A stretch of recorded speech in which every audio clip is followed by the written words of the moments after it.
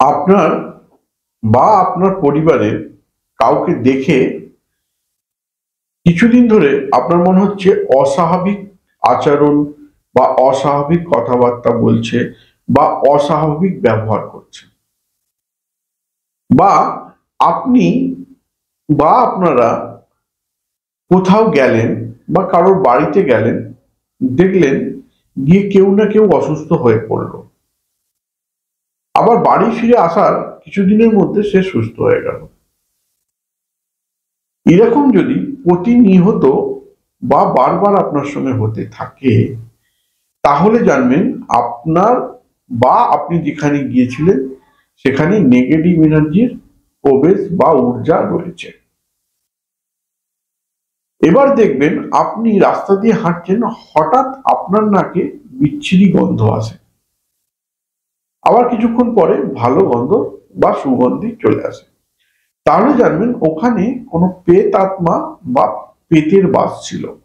অবশ্যই আমি ডাস্টবিনের পাশ দিয়ে গেলে গন্ধের কথা বলছি না, কিন্তু হঠাৎ করে রাস্তার পাশ দিয়ে ভালো জায়গা দিয়ে গেলে গন্ধ বা দুর্গন্ধ যদি পান তাহলে বুঝবেন। কিন্তু এই প্রেতাত্মা বা আত্মা কি,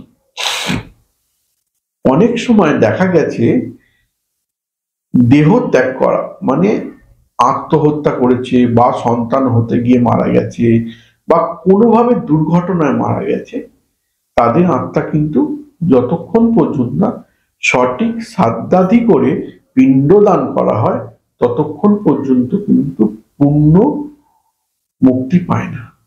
তাদের আত্মা ঘোরাফেরা করে এবং আপনার আশপাশেই ঘোরাফেরা করে, আপনি দেখতে পান না। এবার আপনি বলবেন আত্মাকে আমি দেখতে পারি না, আপনি দেখতে পান কি করে? না, ওরকম ব্যাপার নয়। আত্মা যাদের চন্দ্র জন্মছকে বা কেতু জন্মছকে ডিস্টার্ব আছে বা বুধ ডিস্টার্ব আছে, তারাই একমাত্র আত্মার ফিলিং বা আত্মা আছে বুঝতে পারে। তবে একটু উদাহরণ দিই, আমার প্রোগ্রাম মানেই তো উদাহরণ।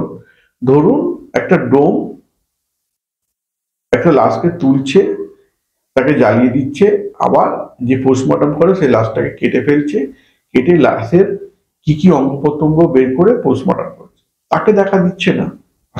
ঠিক তেমনি তাহলে তার জন্মছক যদি আমি বিচার করি, দেখবো তার মঙ্গল, শনি, রাহু খুব স্ট্রং পজিশনে আছে, বা শনি রাহু কেতুর নক্ষত্রকে রিপ্রেজেন্ট করেছে।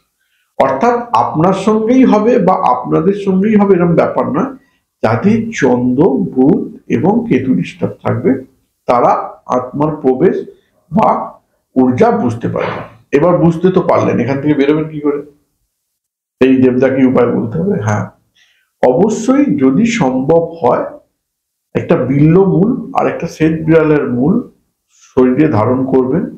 যদি না পারেন 7টা পান মাথার উপর থেকে পা পর্যন্ত বুলিয়ে নিয়ে সর্ষের তেল লাগিয়ে পুড়িয়ে দেবেন।